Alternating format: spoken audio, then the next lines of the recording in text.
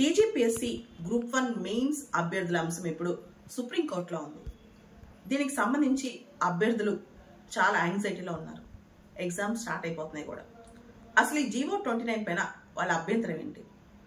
సాధారణంగా యూపీఎస్సీలో కానీ ఇంతకు ముందున్న జీవో 55లో కానీ దానిలో ఉన్న అంశం ఏంటంటే ఓపెన్ కేటగిరీలో ఎవరైనా పాస్ అవ్వచ్చు.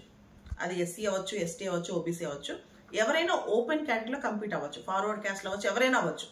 ఆ ఓపెన్ కేటగిరీ సీట్లు కాకుండా ఎస్సీ, ఎస్టీ, ఓబీసీ రిజర్వ్ సీట్లు ఉంటాయన్నమాట.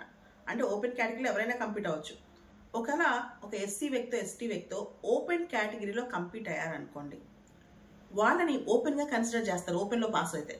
కానీ జీవో 29 ప్రకారం ఒక ఎస్సీ, ఎస్టీ, ఓబీసీ ఓపెన్ కేటగిరీలో కన్సిడర్ చేసిన కంప్లీట్ అయ్యి ఓపెన్ కేటగిరీలో పాస్ అయినా వాళ్ళని ఎస్సీ సీట్ కింద తీస్తారు. దానివల్ల ఎస్సీలకి నష్టం జరుగుతుంది. ఎందుకంటే ఓపెన్ కేటగిరీల సీట్లో కూడా ఎవరైతే వీళ్ళు కంప్లీట్ చేసి ఓపెన్ కేటగిరీలో పాస్ అయ్యారో వాళ్ళని కూడా ఎస్సీ, ఎస్టీ, ఓబీసీ రిజర్వ్డ్ కేటగిరీలో కన్సిడర్ చేయడం వల్ల చాలా వరకు దాదాపు 5,000 మంది ఎస్సీ, ఎస్టీ, ఓబీసీలకి నష్టం జరిగింది అని చెప్పి ఒక అంచనా వేస్తున్నారనమాట.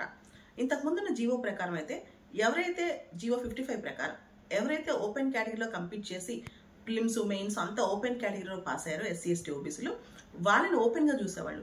దానివల్ల ఏమయ్యేది, ఎస్సీ, ఎస్టీ రిజర్వ్ సీట్లు ఏదైతే ఉన్నాయో అవి సపరేట్గా ఫిల్అప్ చేస్తారనమాట. వాటిని సపరేట్ రూల్ ఆఫ్ రిజర్వేషన్ వాటికి సపరేట్గా ఉండేది.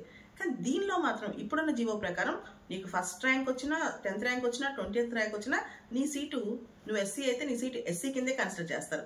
ఉదాహరణకి ఎస్సీలకు సంబంధించి ఒక 10 సీట్లు ఉన్నాయి అనుకోండి, ఒక 5-6కి టాప్లో వచ్చేసింది అనుకోండి. సో మిగతా 4 సీట్లే షార్ట్ ఫాల్ ఏదైతే ఉందో వాళ్ళే ఎస్సీ, ఎస్టీ రిజర్వేషన్ నుంచి బయటకు తీసుకొస్తారనమాట.